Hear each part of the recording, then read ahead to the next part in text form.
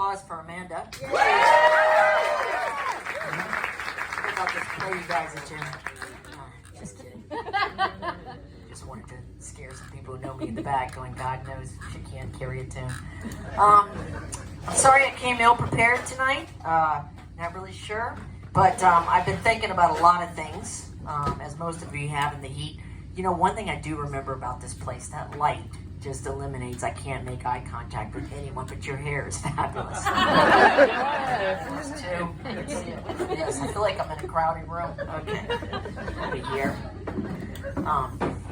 6 feet apart. COVID was crazy for me because I worked all through COVID, as did Amanda and some of the other people. I'm sure some of you did. But actually went out for work every day. So like every day I just worked like I did before. And that was kind of like, I don't know, but when you were growing up, did you like have a lot of friends who went on vacation in the summer, but your family couldn't? Yeah. Okay, that's exactly what it was like. It was like this roller coaster of emotions on Facebook you all went through, and I just watched. Everybody's like, oh my God, what am I going to do? You know, and you guys kind of went through this depth. I don't know. People were hating on their children. And people were, like, hating on their spouses. Then there was suddenly, then everybody became a gourmet chef. And all I saw was, like, all of you suddenly knew how to cook. Congratulations. I always have. But I was glad to see that some of you could. And that was great. And then it was, like, trying to up each other on there. And then there was that point when everybody took road trips, but yet everybody made sure they told you how COVID safe they were being. We're climbing in the mountains, but we're safe. And we're whitewater rafting, but we're safe. We're swimming, but we're safe.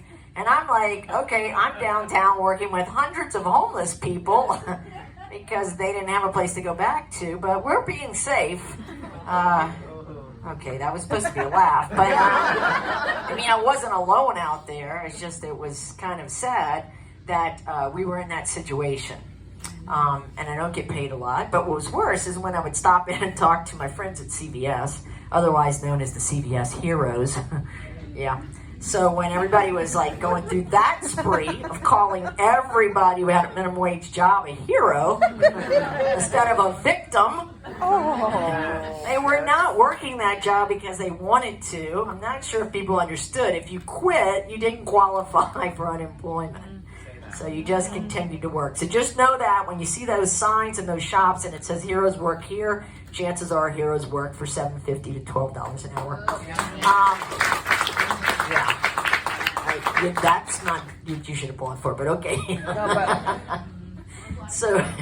So yeah, things got weird downtown, I have to say. Got real quiet.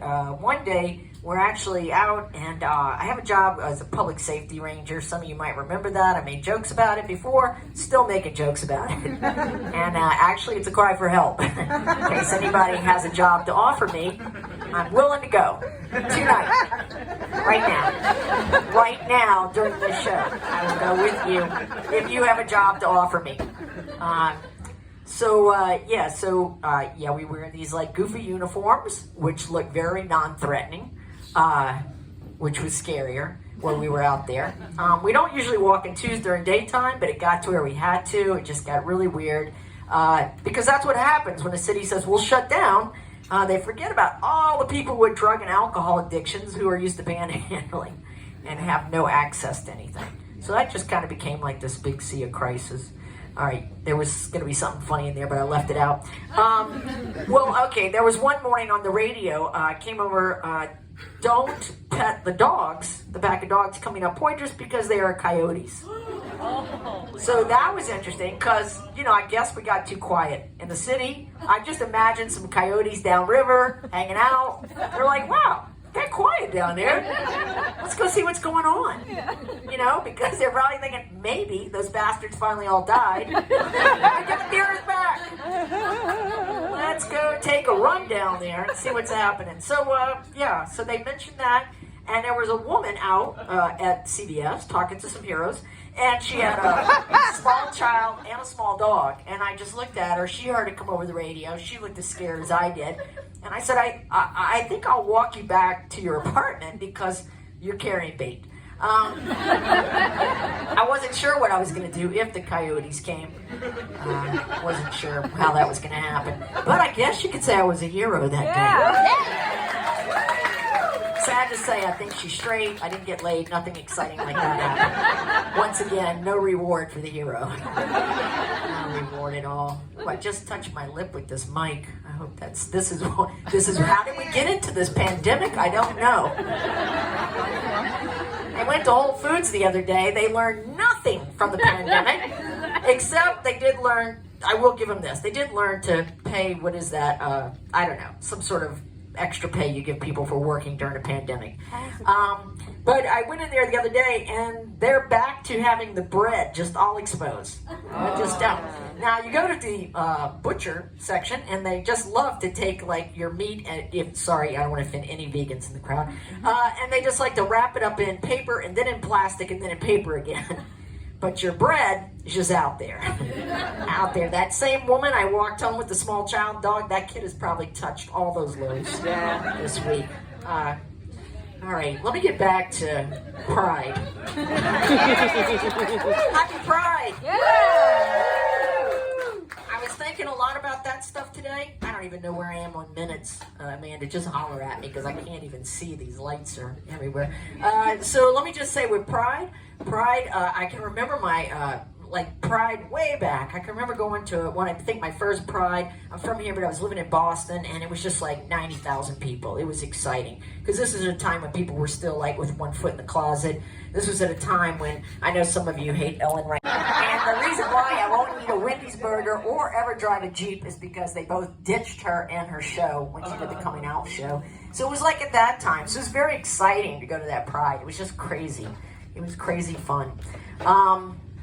I don't know where I went with that, sorry. The downside of that was that there were 90,000 people and I didn't get laid that day either. I met a lot of people though.